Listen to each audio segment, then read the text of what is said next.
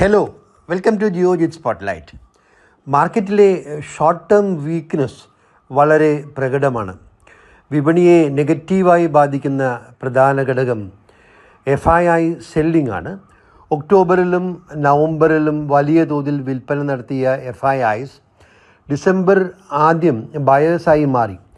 But rallies are getting sold into. ഇന്നലെ 6410 കോടി രൂപയ്ക്കുള്ള ഓഹരികളാണ് FIIs cash മാർക്കറ്റിൽ വിറ്റത്. ഇത് സൂചിപ്പിക്കുന്നത് മാർക്കറ്റിൽ ഒരു റാലി ഉണ്ടായാൽ FIIs ഇനിയും വിൽക്കും എന്നതാണ്. FIIസിൻ്റെ വിൽപ്പനയ്ക്ക് പിന്നിലെ പ്രധാന കാരണം, ഫണ്ടമെൻ്റൽ റീസൺ മനസ്സിലാക്കേണ്ടതുണ്ട്. ഈ വർഷത്തെ ഗ്ലോബൽ മാർക്കറ്റ് ട്രെൻഡിലെ എടുത്തു പറയേണ്ട സവിശേഷത US മാർക്കറ്റിൻ്റെ ഔട്ട് പെർഫോമൻസ് ആണ്. ഈ വർഷം ഇതുവരെ year till date S&P 500 return 28%, മികച്ച പ്രകടനം. ഇതുമായി താരതമ്യം ചെയ്യുമ്പോൾ മറ്റ് മാർക്കറ്റുകളുടെ പ്രകടനം നിഷ്പ്രഭമാണ്. Nifty return year till date 12% മാത്രമാണ്. കഴിഞ്ഞ വർഷത്തെ 20% റിട്ടേണിന് മുകളിൽ ഈ വർഷം 12% റിട്ടേൺ നല്ല പ്രകടനമാണ് എന്നതാണ് വസ്തുത. എങ്കിലും റിലേറ്റീവ് പെർഫോമൻസ് വീക്കാണ്. അമേരിക്കയിലെ കോർപ്പറേറ്റ് പ്രോഫിറ്റ്സ്, പ്രത്യേകിച്ച് ടെക്നോളജി സ്റ്റോക്സിൽ മികച്ച രീതിയിൽ വളരുന്നു. പോരാത്തതിന് ട്രംപിൻ്റെ കോർപ്പറേറ്റ് ടാക്സ് കട്ടും.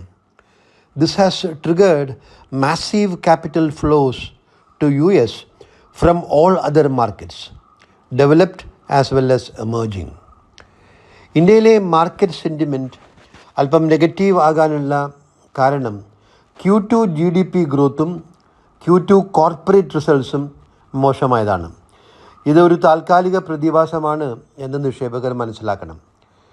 സെക്കൻഡ് ക്വാർട്ടറിൽ ഗവൺമെൻറ് കാപ്പെക്സ് ഗണ്യമായി കുറഞ്ഞതാണ് Q2 GDP ഗ്രോത്ത് കുറയാനുള്ള പ്രധാന കാരണം.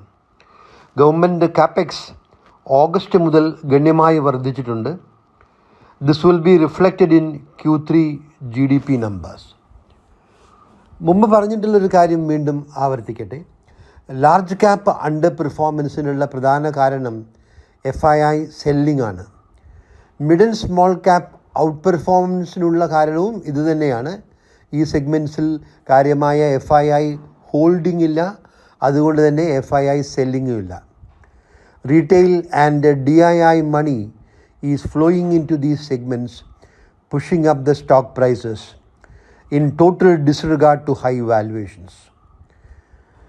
2025 ഈ ട്രെൻഡിന് മാറ്റമുണ്ടാകാം.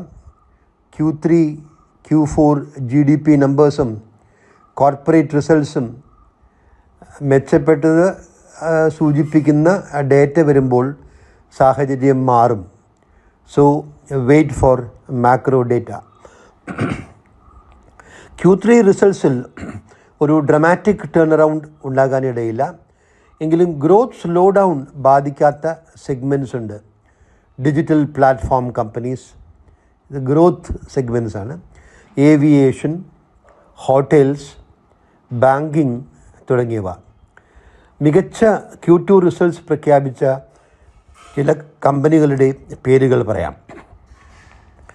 New gen software, persistent systems, transformers and rectifiers, Nippon AMC, Dixon technologies, Kirloskar pneumatic, BSE Bombay stock exchange, CDSL central depository services limited, Sudarshan chemicals, Mazagon dock ship, Divi's lab. ചില നമ്പേഴ്സ് പറയുന്നു എന്ന് മാത്രം, ചില പേരുകൾ പറയുന്നു എന്ന് മാത്രം. These companies may continue to do well in the coming quarters also. ഈ സെഗ്മെൻറ്റ്സിൻ്റെ ഈ പറഞ്ഞ ഓഹരികളുടെയൊക്കെ തന്നെ വാല്യുവേഷൻസ് ഉയർന്നതാണ് എന്നൊരു കൺസേൺ കൂടെയുണ്ട്, അതുകൂടെ പറയുന്നു.